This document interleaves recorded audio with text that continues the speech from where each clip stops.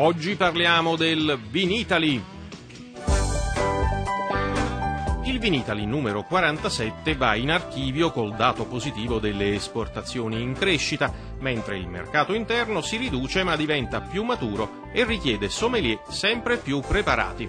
Per essere forti, essere competitivi e vincere questa globalità, vincere il mercato globale, oggi bisogna fare sistemi, bisogna fare rete. Quest'anno al Vinitaly è stata costituita la prima rete d'impresa nazionale e la prima nel settore vino, e quindi le prossime grandi battaglie le condivideremo insieme e saremo veramente una squadra Italia.